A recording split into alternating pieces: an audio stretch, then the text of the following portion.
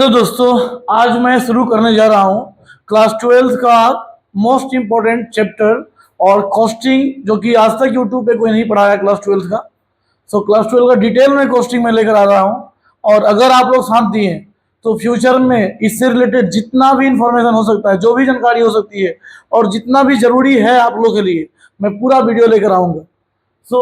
पहला जो है टॉपिक हम लोग शुरू करते हैं, कॉस्ट ऑफ लेबर क्या है। देखिए, कॉस्ट ऑफ लेबर किसको बोलते हैं? तो कॉस्ट ऑफ लेबर प्रोडक्शन का मोस्ट इंपॉर्टेंट पार्ट है। इसके बिना प्रोडक्शन संभव ही नहीं है। लेकिन अगर कॉस्ट ऑफ लेबर ज़्यादा हो जाता है, अगर लेबर कॉस्ट बढ़ जाता है, तो फिर गुड्स का प्राइस ही बढ़ जाएगा, मार्केट में उसका जो प्राइस ज़्यादा हो जाएगा और इससे दिक्कत क्या होगा कि सेल करने में बहुत कठिनाइयाँ होगी। कॉस्ट ऑफ लेबर को कंट्रोल करना बहुत जरूरी है।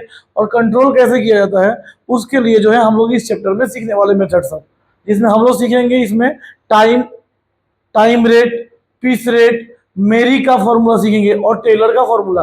ठीक है, कैसे उन्होंने साइंटिफिक तरीके से जो है कॉस्ट ऑफ लेबर को कैसे रिड्यूस किया। पहले समझते हैं कॉस्ट ऑफ लेबर है क्या। It is one of the most important components of production cost. Production का जो है सबसे इंपॉर्टेंट कंपोनेंट्स में से एक है।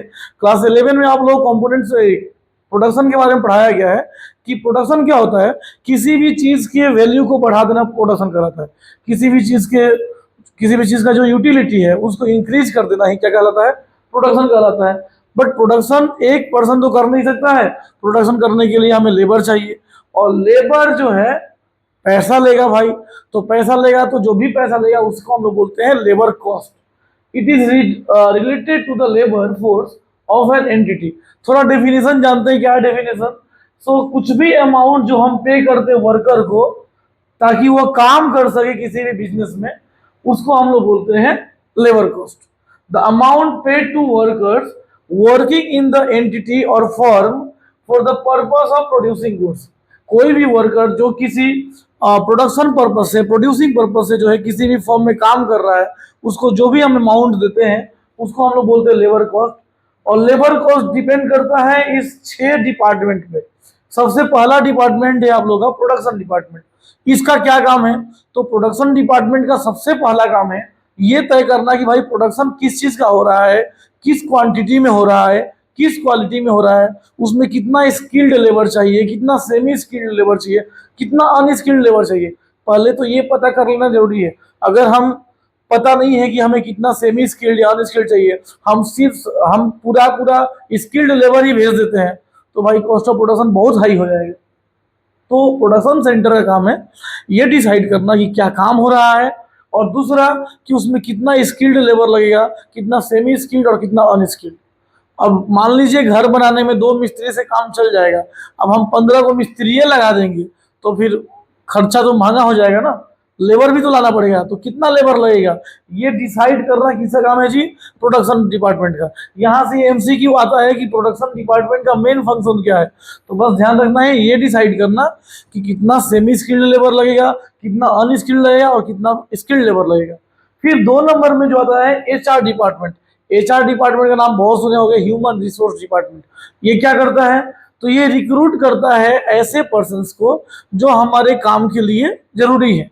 ठीक है, ये सेमी स्किल्ड, अनस्किल्ड और स्किल्ड पर्सन को ऑर्गेनाइजेशन में रिक्रूट करता है, उनको ट्रेनिंग देता है ताकि फ्यूचर में जो है कुछ भी घटना ना घट सके, मटेरियल का वेस्टेज ना हो सके। ठीक है, तो इसका काम है रिक्रूट करना। फिर 3rd नंबर में आता है इंजीनियरिंग डिपार्टमेंट। इसका क्या काम है जी? तो इंजीनियरिंग डिपार्टमेंट का काम होता है आउटलाइन तैयार करना, प्लान तैयार करना। भाई कोई भी काम कैसे कंप्लीट करना, इसका एक आउटलाइन होता है, एक मैप होता है। उस मैप को तैयारी करने का काम कौन करता है? Engineering department. फिर आता है 4 नंबर में टाइम कीपिंग डिपार्टमेंट। ये क्या करता है जी? टाइम कीपिंग डिपार्टमेंट जो है इस बात को रिकॉर्ड करता है कि कौन सा वर्कर कब आया, कब गया, एक प्रॉपर काम को करने में उसको कितना समय लगा, और उस समय काम करते समय जो है वो कितना गैप मारा, कितना आइडियल टाइम हुआ, इस सभी चीज को रिकॉर्ड करता है टाइम कीपिंग डिपार्टमेंट। फिर आता है आपका पेरोल डिपार्टमेंट। ये क्या करता है?